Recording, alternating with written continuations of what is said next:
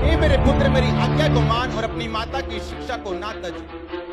इनको हृदय में गांठ बांधे रख और अपने गले का हार बना। वह चलते समय तेरी अगुवाई, सोते समय तेरी रक्षा और जागते समय तुझसे बातें करेगी। आज्ञा दीपक है, शिक्षा ज्योति और सिखाने वाले की डांट जीवन का मार्ग है, ताकि तुझको बुरी स्त्री से बचाए और पराई स्त्री की चिकनी चुपड़ी बातों से बचाए। कोई शक नहीं, परमेश्वर दयालु परमेश्वर है, पापों को माफ करने वाला।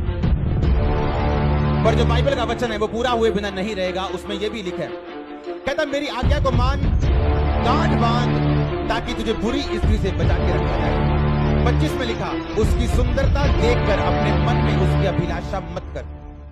वह तुझे अपने कटाक्ष में फंसाने ना पाए, क्योंकि वेश्यागमन के कारण मनुष्य टुकड़ों का भिखारी हो जाता है और व्यभिचारिणी अनमोल जीवन का शिकार कर लेती है। क्या कोई हो सकता है कि कोई अपनी छाती पे आग रख ले और उसके कपड़े ना जले? क्या हो सकता है कोई अंगारों पे चले, पांव ना झुलसे? जो पराई स्त्री के पास जाता है उसकी दशा ऐसी है, जो कोई उसे छुएगा वह दंड से ना बचेगा। 32 में लिखा, जो पर स्त्री गमन करता है यानी पराइयों स्त्रियों के पास जाता है वह निरा मूर्ख इंसान है, और जो अपने प्राणों का नाश करना चाहता है वो ऐसा करता है। 33 में लिखा, उस व्यक्ति को घायल और बेइज्जत होना पड़ेगा और उसका कलंक कभी ना मिटेगा। जब एक सीएम का बेटा जाता है एक मिशन के नीचे, उसे मालूम है वो अपनी पार्टी का प्रचार करने के लिए जा रहे हैं। उसे पता है उसके फादर ने उसे एक मिशन दिया है और उसकी जिम्मेवारी उसके सिर पे दी है। अब दुश्मन ने क्या किया?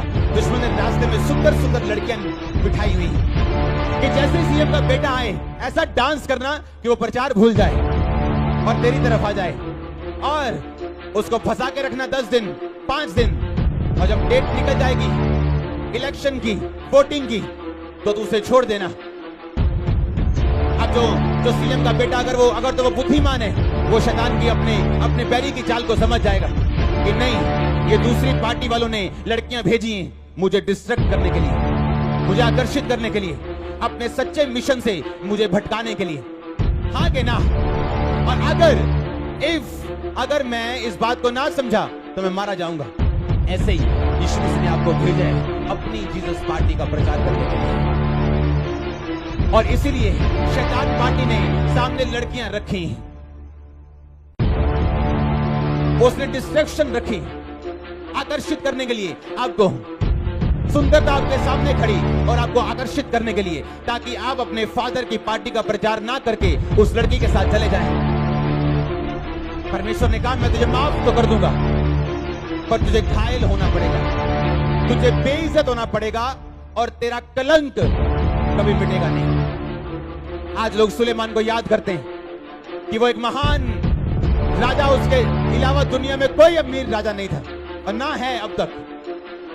जितना उसके पास सोना था आज देशों के पास नहीं। एक देश ऐसा कोई नहीं जिसके पास सुलेमान के बराबर सोना। लेकिन आज लोग उसे एक ऐसे व्यक्ति के रूप में भी याद करते हैं जिसने अपनी जिंदगी के अंतिम समय में व्यभिचार किया था।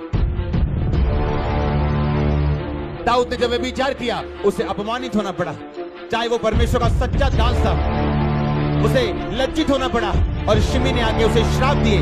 दाऊद कहता है इसको मत मारो जो मुझे श्राप दे रहे हैं, क्योंकि जो बेइज्जती मेरी हो रही ये यहोवा की ओर से हो रही है। अब इसे मत छुओ, कर लेने जो करना है, क्योंकि मैं जानता हूं कोई मेरे खिलाफ नहीं आ सकता जब तक मैं अपने खिलाफ न चलूं। तो हालेलुया। आंखों की अभिलाषा, परमेश्वर ने कहा, मन की अभिलाषा, वचन कहते हैं उसकी सुंदरता देख के अपने मन में अभिलाषा ना कर, वो तुझे अपने कटाक्ष में फंसाने ना पाए, क्योंकि पर स्त्री गमन के कारण और वैश्या गमन के कारण मनुष्य टुकड़ों का भिखारी हो जाता है। अगर कलीसिया इस बात को समझ जाए कि मैं राजाओं के राजा की संतान हूं, जीसस पार्टी का प्रचार करने के लिए दुनिया में आया हूं, तो शैतान पार्टी दूसरी और लड़कियों को जो शराब को डिस्ट्रैक्शन को बना के खड़ी है, मुझे उनकी ओर ध्यान नहीं देना है, ताकि मेरी पार्टी जीत जाए, क्योंकि ये पार्टी की जीत मेरे ऊपर निर्भर करती है। अगर मैं नहीं बताऊंगा तो कोई जान नहीं पाएगा। हालेलुया। एक मां जो आज व्यभिचार में और पति के साथ कभी नहीं बनी, उसकी लड़की जब चर्च में आती, सब समझती कि ये हमारे घर में एक श्राप है कि मेरी मां मेरे बाप के साथ कभी नहीं बनी। क्यों? क्योंकि मेरी मां में व्यभिचार की आत्मा है। लड़की भी जानती, बाप को भी पता है, बहनों को भी पता है, भाइयों को भी पता है और रिश्तेदारों को भी पता है। अब वो लड़की इस बात को समझे, अगर ये श्राप मैं तोड़ना चाहती हूं तो मुझे पवित्रता में रहना पड़ेगा। पर वो भी लड़कों के साथ सो रही और बाद में बोल रही, मेरी जिंदगी में ये प्रॉब्लम क्यों आई, ये क्यों आई, ऐसा क्यों हुआ, ऐसा क्यों हुआ। अब उसके बाप को पता चल गया कि ये लड़की भी ऐसी जैसी इसकी मां है। पर ये चर्च जाती, क्या वो बाप कभी बचेगा, कभी सेव होगा? बताओ। क्योंकि उस लड़की ने अपनी जीसस पार्टी का प्रचार नहीं किया और डिस्ट्रैक्ट हो गई।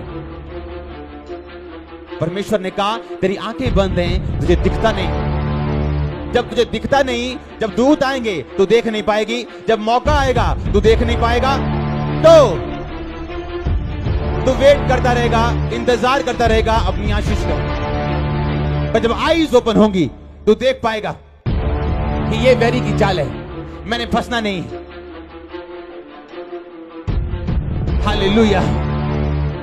डिवाइन विजडम काम करती है, डिवाइन ईश्वरीय, जब आप पवित्रताई में चलना शुरू करते हैं। आप अलग काम करते हैं, जो दुनिया नहीं सोच सकती आप सोचते हैं।